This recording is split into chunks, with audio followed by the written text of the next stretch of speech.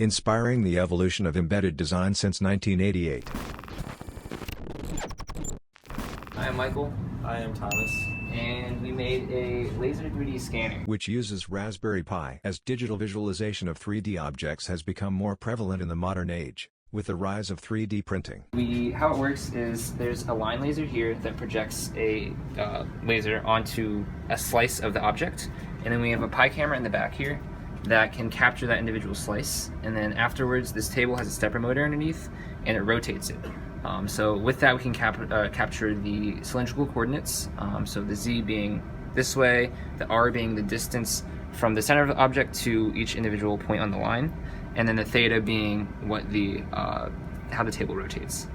So to start the machine, we want the laser to be brightest, so we shut it to close off any other light, and we can simply press this start button. Most of the box was manufactured with a laser cutter. Designs were produced in Fusion 360 and cut using CorelDRAW on an Epilog Zing 40 watts laser cutter. And then this on the screen is showing each time what the camera is seeing in each rotation.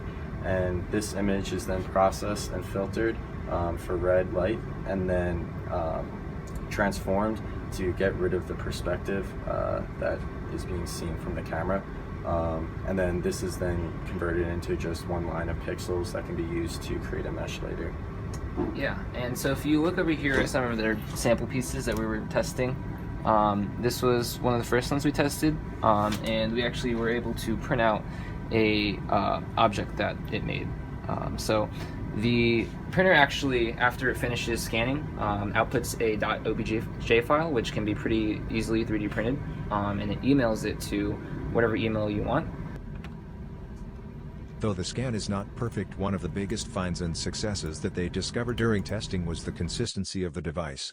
Throughout multiple trials of the same object, the scanner produced a OBJ file that was similar each time, even when they slightly altered the placement of the object. Read more about this project and many more at circuitcellar.com.